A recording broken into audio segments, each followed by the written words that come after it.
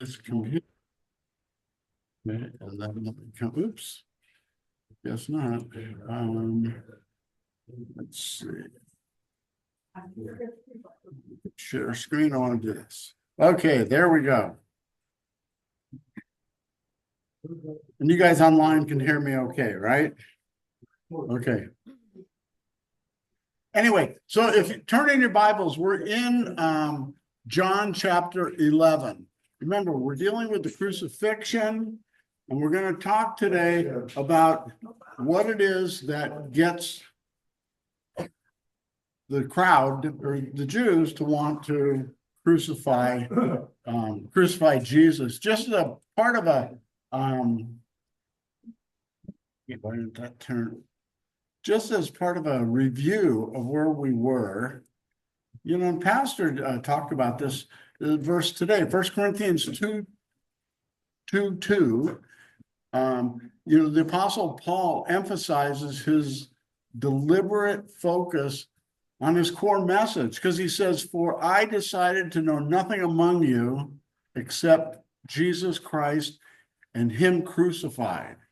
And the reason that this is important is because a lot of times we talk to people about Jesus or our faith, and we never quite get to the crucifixion in there. We say, you ought to come to my church because our pastor is really good, or you ought to come to our church because the programs are really good.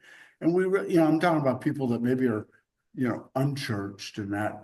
But I mean, instead of telling them who Jesus is and what the meaning of that crucifixion is.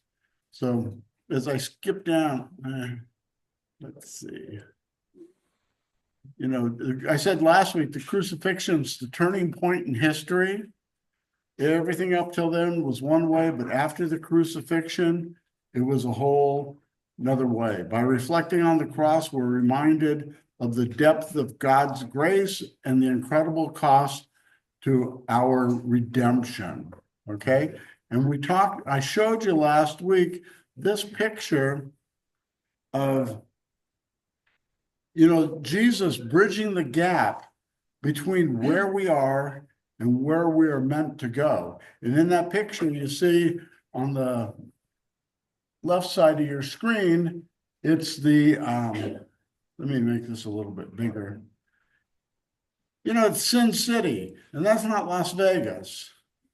That's where we all live, because we live with ourselves, and Jesus said on the bottom there, he said, broad is the road and many who follow it, and it leads to their destruction. And that's what that picture is. You see it going downhill and all the people on there, but you got all the bright lights of the city, and it goes into that fiery pit, that gap that is between us and God. But then Jesus says, narrow is the road, that leads to our salvation. And that road, and I think the picture does it really well, is that road is the cross. And that's the straight and narrow, and we walk across, and it gets us to where we need to be, in heaven. We talked about what does it mean to take up your cross? And we talked about deny yourself, take up your cross daily, and follow me. And then we talked about Arthur Blessitt here last week, the guy who for 50 years carried the cross around the nation, went to 324 countries, a lot of them war-torn countries. Now, that doesn't mean that's necessarily what take up your cross means. It doesn't mean everybody should be out with a wooden cross, but that was his way of demonstrating that. Because you're walking along and somebody says, hey, bro, what are you doing with that cross? And then you tell them. So, okay. But that would be the same thing. I mean, if you had a lapel pin on, if you're a businessman, and I used to dress up in fancy clothes, wear a lapel pin with a cross on it, or paid in full, or just if somebody comes up, they ask you something, now you wear a Jesus baseball cap or something. But anyway, the main thing is to take up your cross means you're going to take up a life that is going to cause you to die, So anyway, so here we are. We're in I call it the first catalyst. Okay, and a catalyst is something that makes something go, makes something happen. It's that thing that turns it around and makes it happen. So if you look at John chapter 11, the first 16 verses, let me read it and then we'll talk about it. It says, now a certain man was ill, Lazarus of Bethany, the village of Mary and her sister Martha.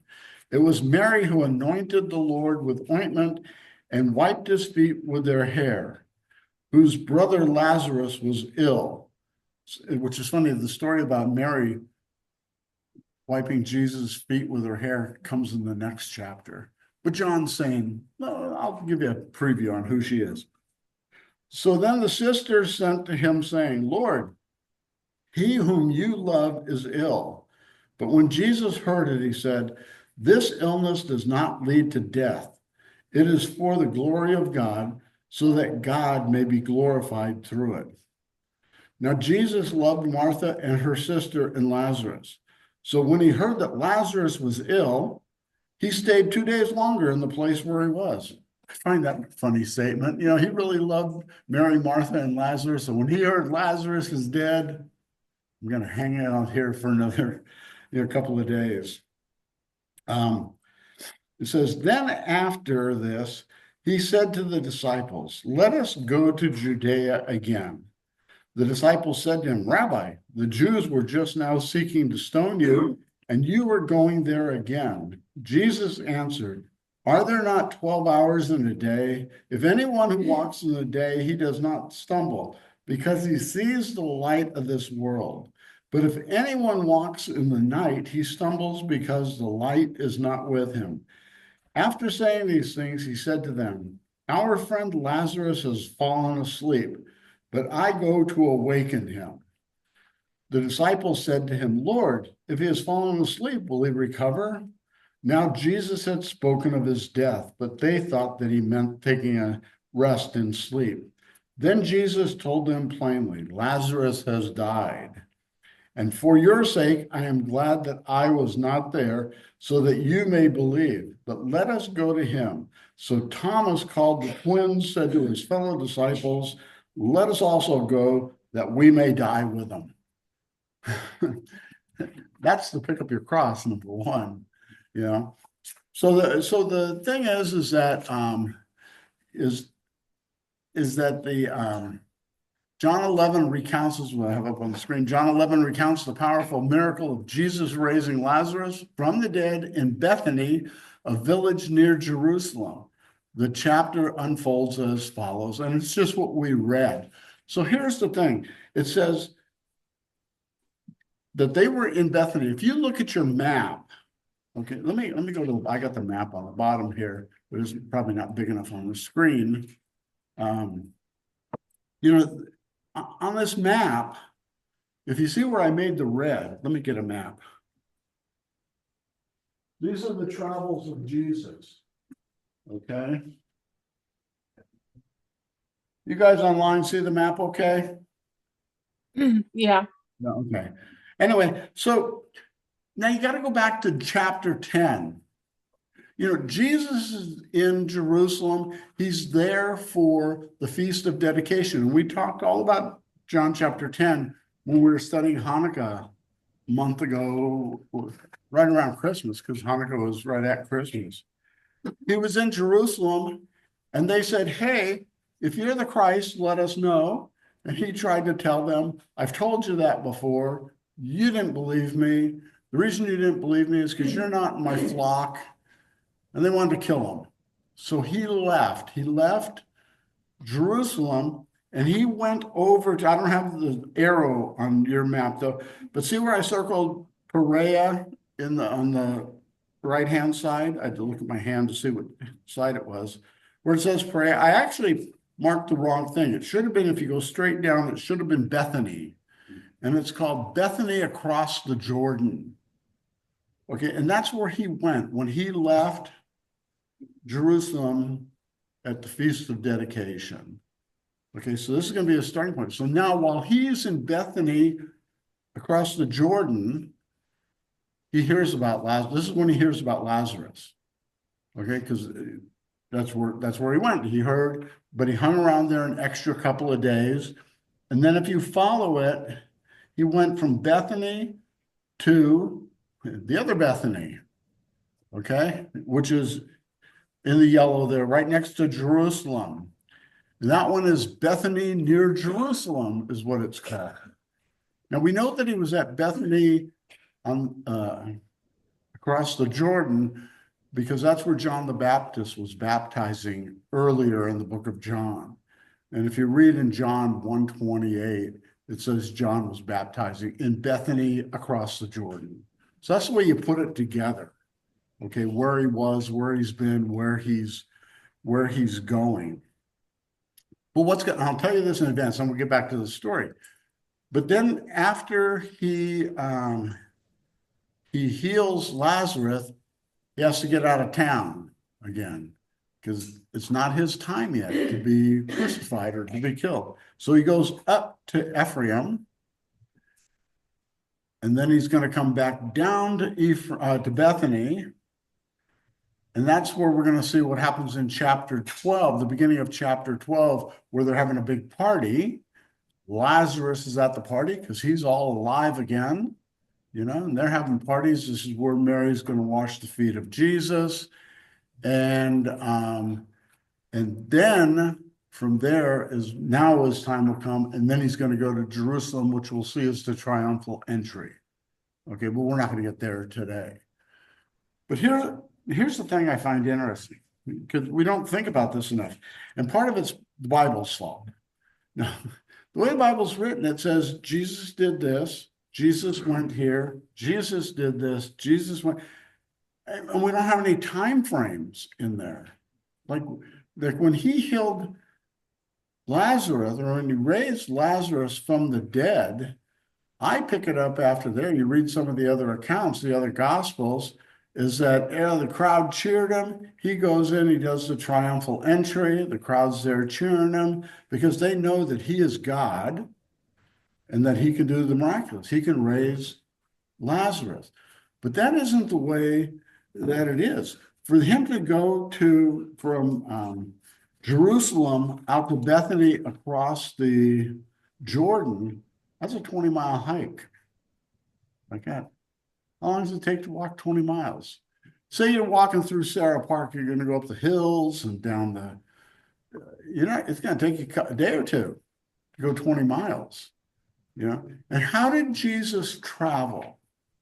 Whenever we see him, pardon? Well, on sandals. He didn't go by Uber. No, but he went with his disciples. And they had other people that trailed along with him, and he taught along the way, and he'd get to a different place, and people would come out of that town, and he would heal people. So you can see that just going from one place to the other, it's going to take him a long time, to do that. It's not just like, he went and he called Uber, and, they took him to 20 miles to Ephraim, So this is going to put all this action in chapter 11, probably 2-3 weeks away from the triumphal entry, which is the beginning of Passion. It's the beginning of Passion Week.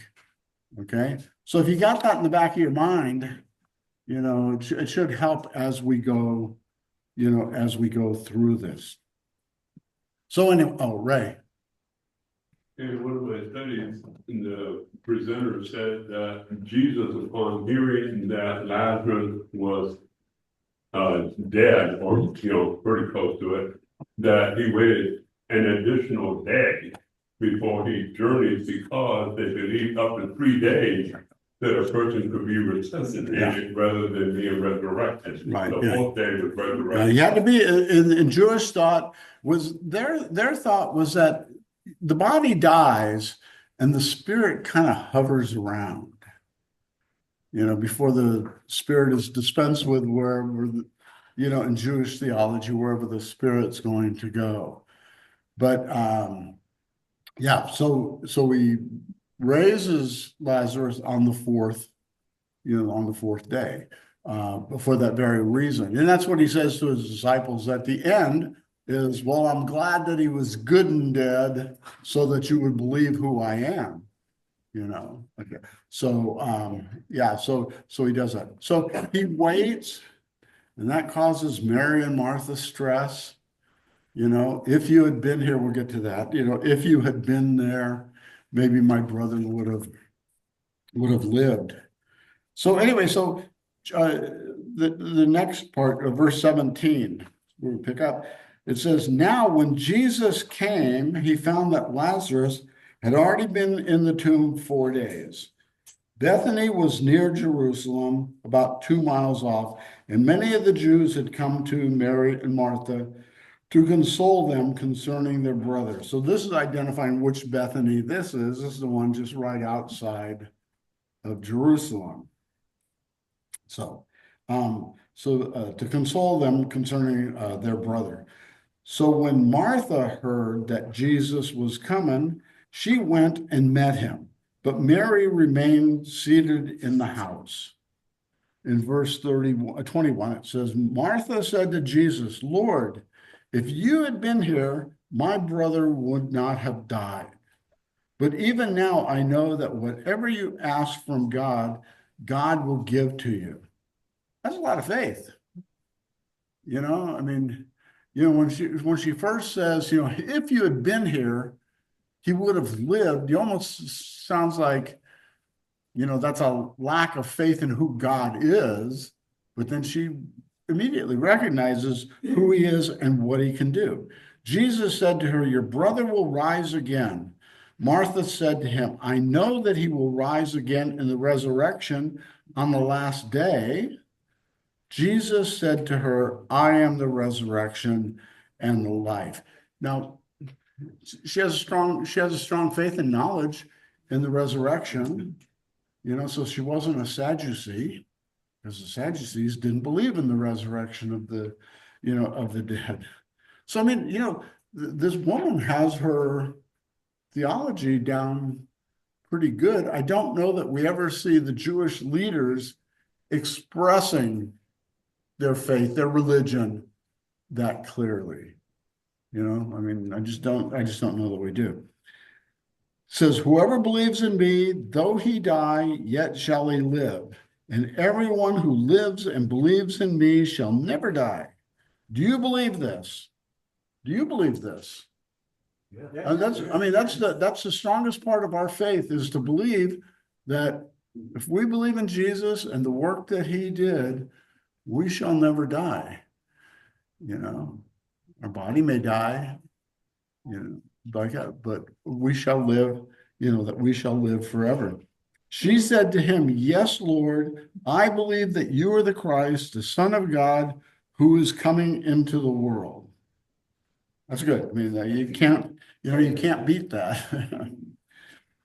So, Dennis, We saw a film here why one don't you day. do your microphone so you can. We saw a film here one day of a guy who was Jewish, and he was trying to ask, what happens when I die? And he was told, you're dead. That's it. He was told by who? By his rabbi. Oh, by his rabbi. By his rabbi. You're just dead. And that's the end of it. Dead is dead. Yeah.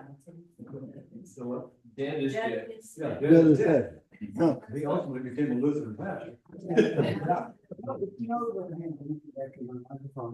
But that's the thing, that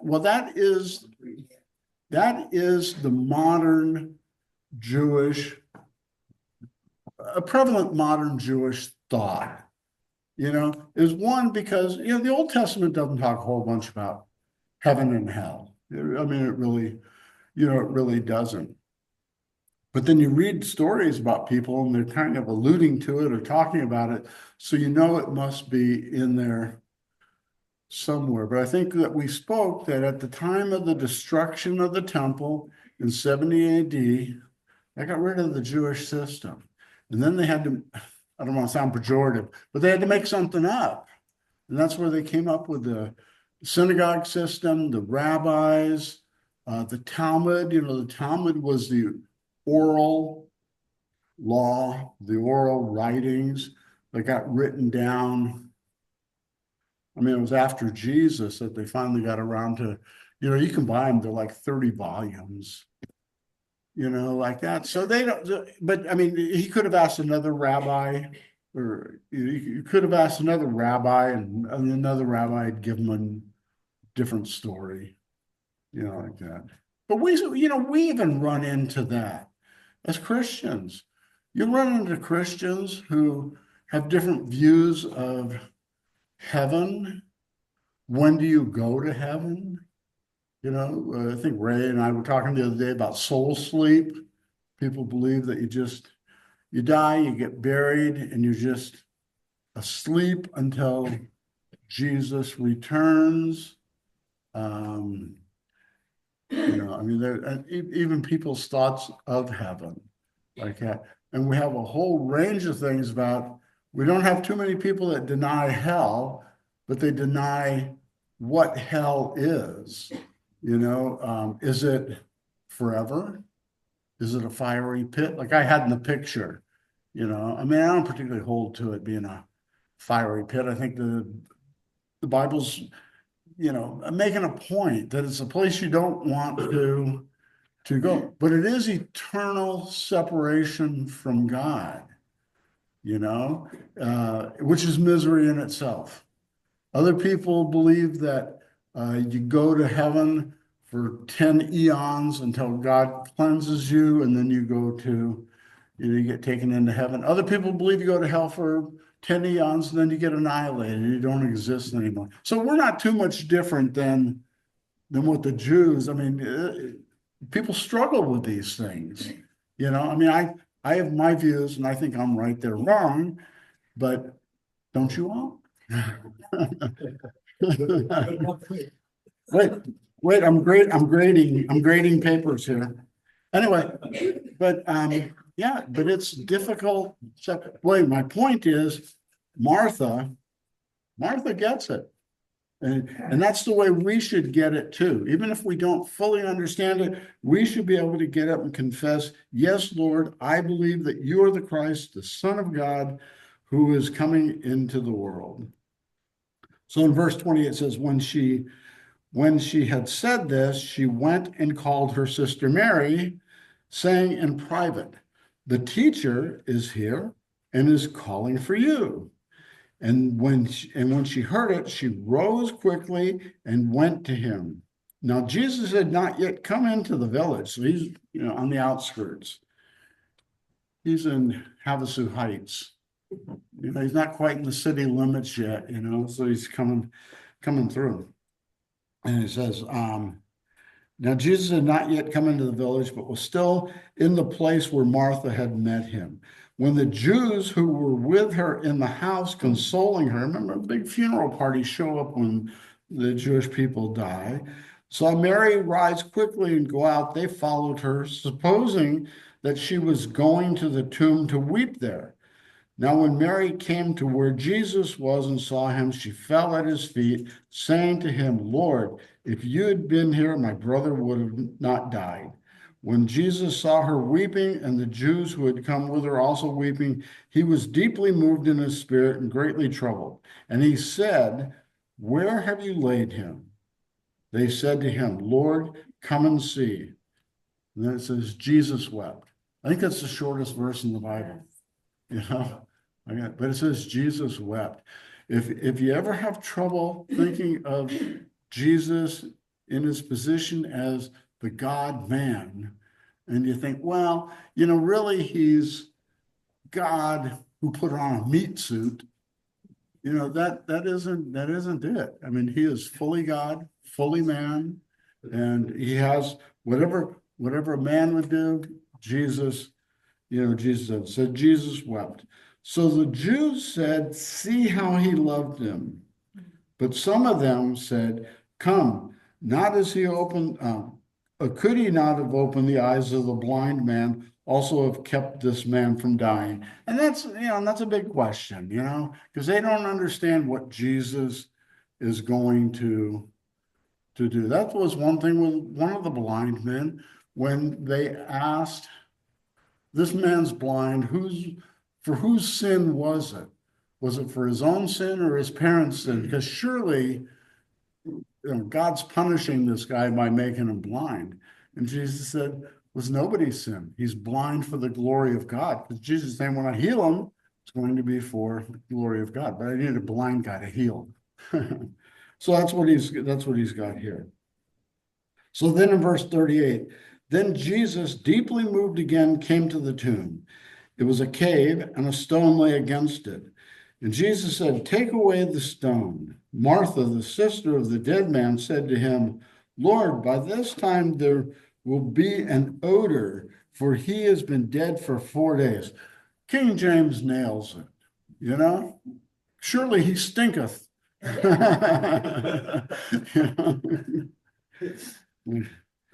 So again, they're confirming. Now, here's the thing about this with what's being a catalyst for the crucifixion is that these people are all confirming who Jesus is. Jesus doesn't have to say a word.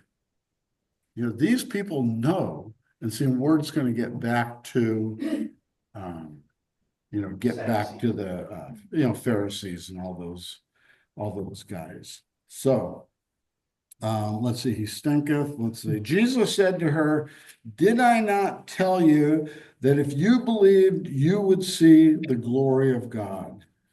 So they took away the stone, and Jesus lifted up his eyes and said, Father, I thank you that you have heard me.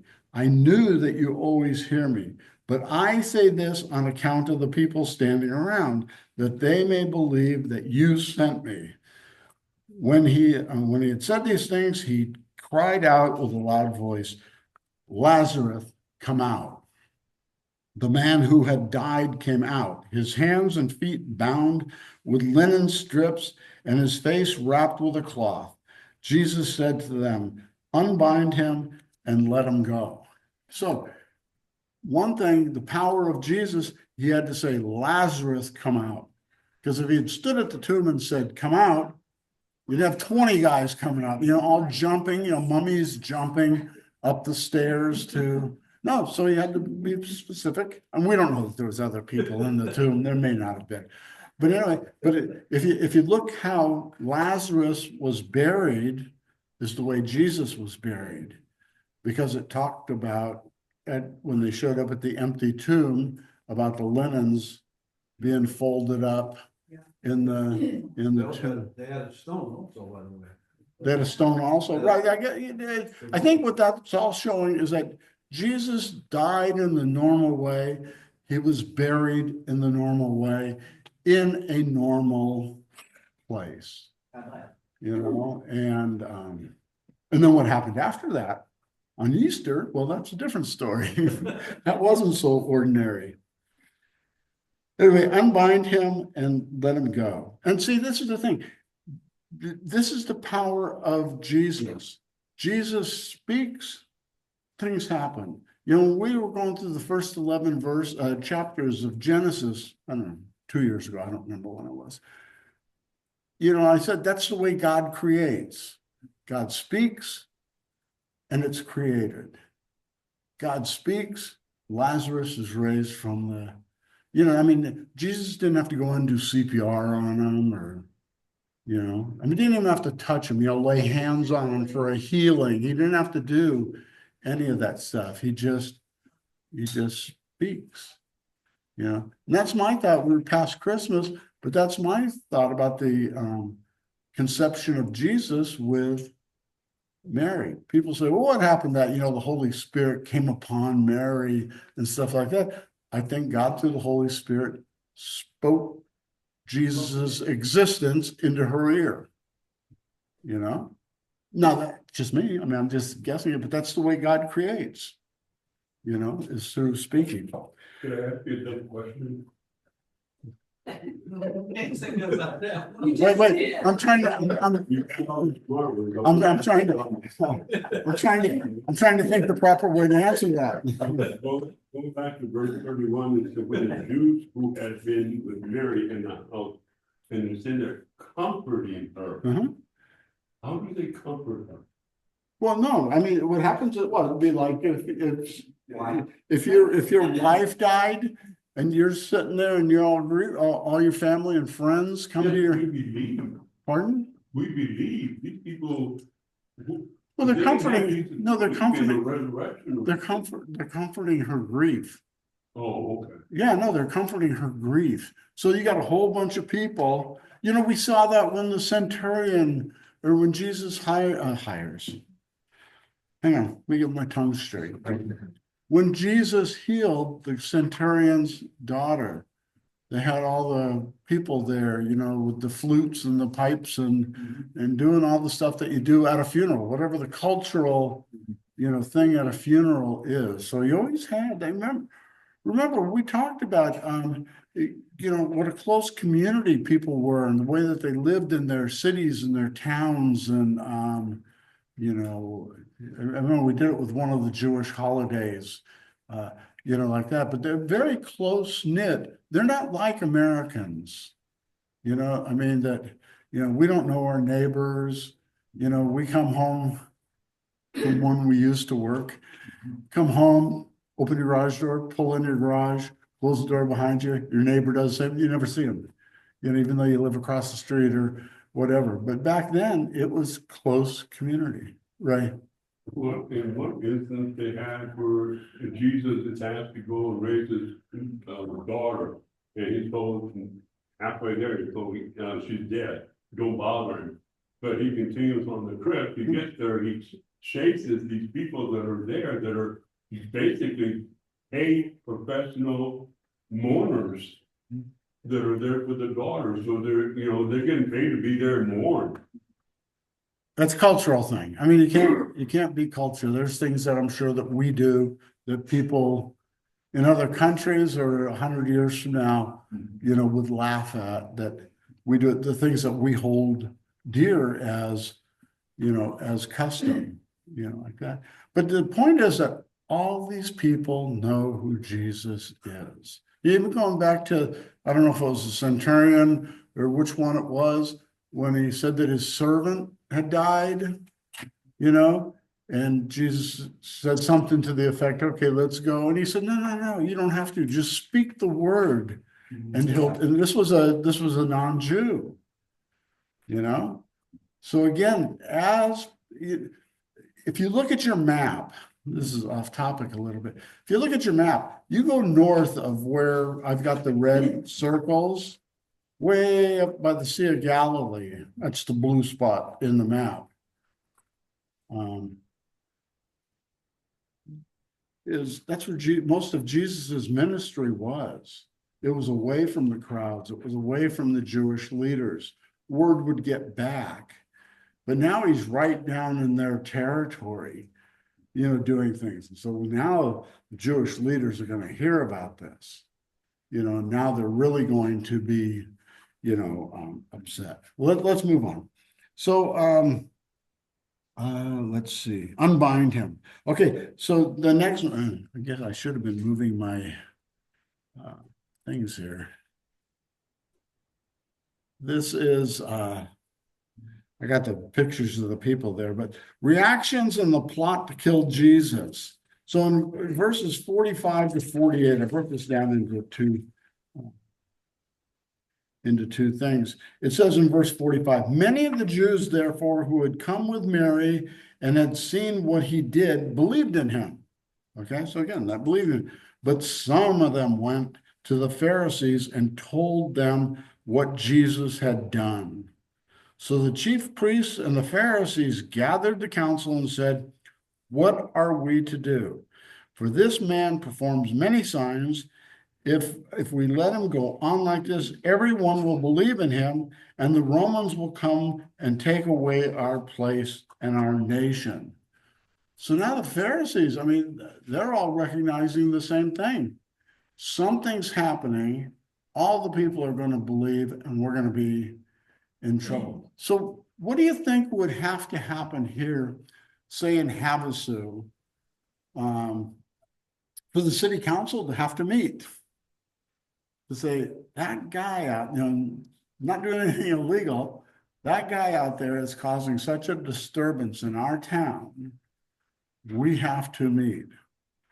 Maybe we need a larger group. Maybe we have to meet with the Mojave County Board of Supervisors, to handle this, Mojave County is probably the size of Israel. I'm guessing. I haven't put a map on top of a map. But I mean, they're seeing what the people are, doing and what they're up against. And I've got on the notes there on the screen, the Jewish leaders convened the Sanhedrin. They feared Jesus' growing influence, that it could provoke Roman intervention and destroy their nation. Remember, we've talked about this before. Rome was very open to other religions running their own countries, as long as they stayed faithful to Rome. You want to worship totem poles? Go ahead.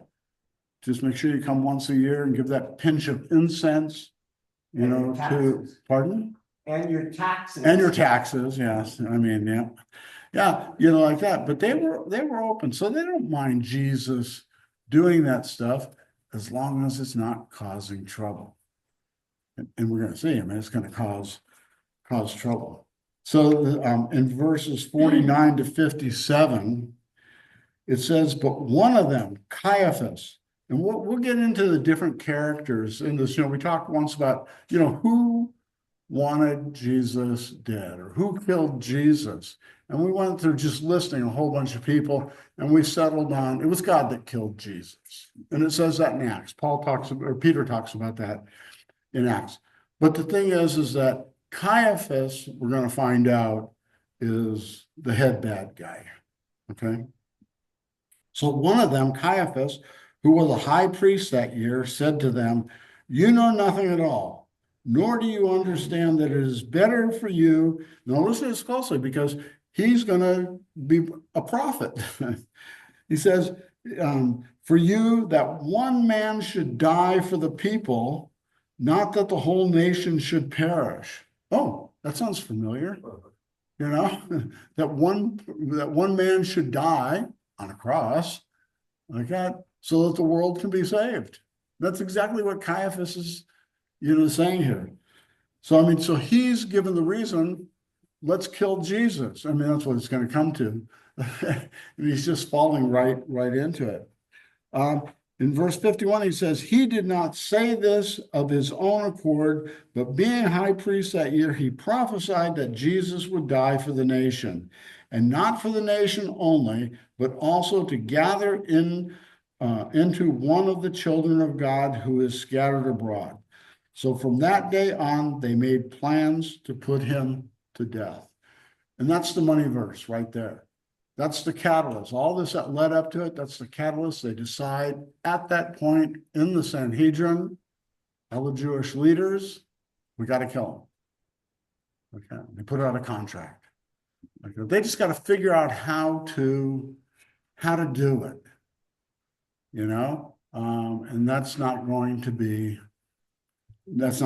easy. But we'll get into that. From that day on, they made plans to put him to death. Verse 54 says, Jesus therefore no longer walked openly among the Jews, but went from there to the region near the wilderness, to a town called Ephraim, and there he stayed with the disciples. So if you look at your map, Steve, did you not get a map? Let me give you a map. What happens when you come in late? Church went longer than I expected. Take that up with your pastor. Anyway, so if you look at the map, do it to the people on screen here. Hang on, let me go down to the map again. So he went from Bethany near Jerusalem, and he goes up to Ephraim. And we said that Ephraim was, let's see, Bethany near Jerusalem to Ephraim is 12 to 15 miles. So this would be about a 6 to 8 hours of walking. So it might be a day, it might be longer than a day that it took him, but he's getting out of Dodge. Let's put it that way. And he stayed there with the disciples.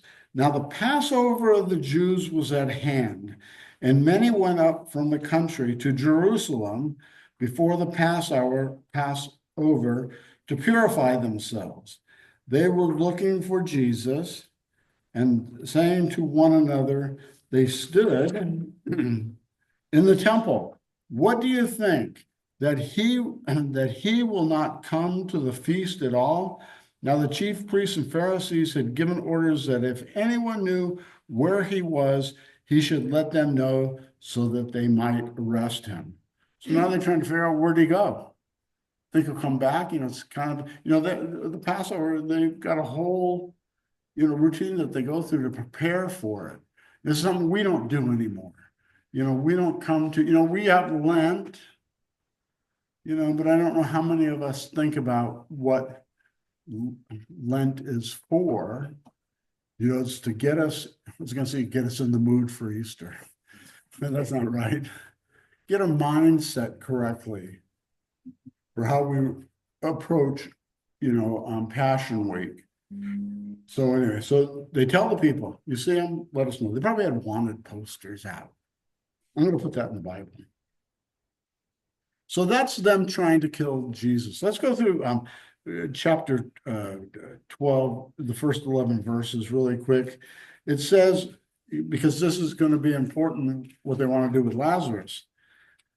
So it says 6 days, verse 1 of chapter 12, 6 days before the Passover, Jesus therefore came to Bethany. So now he comes back. This is 6 days before the Passover. The Passover is going to be Good Friday, Holy Saturday, somewhere. And I don't remember how they count the Passover, but it's got to be the Friday night or the Saturday that's going to be the Passover. Jesus therefore came to Bethany, where Lazarus was, whom Jesus had raised from the dead. So like I said, Lazarus is now alive again, and he's at the party. So they gave a dinner for him there. Martha served, and Lazarus was one of those reclining with him at the table. Mary therefore took a pound of expensive ointment made from pure nard and anointed the feet of Jesus and wiped his feet with her hair. Everybody familiar with that story? Okay, we're gonna say yes.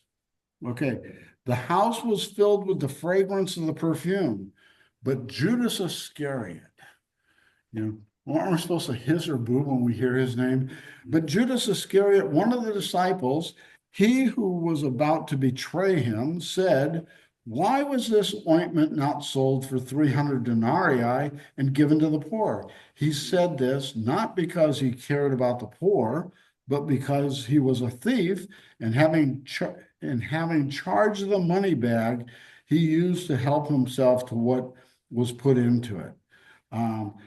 Jesus said, "Leave her alone so that she may keep it for the day of my burial. For the poor you always have with you, but you do not always have me." What this tells us about Lazarus is that it's probably a first sign of his betrayal. That he's got in his mind, I don't think this is going to work out. I'm going over to the other side. Isn't it funny that Lazarus was in charge of the money, though? I mean, who was the money man? Pardon? I mean, Judas. Yeah. Who was the money man in the group?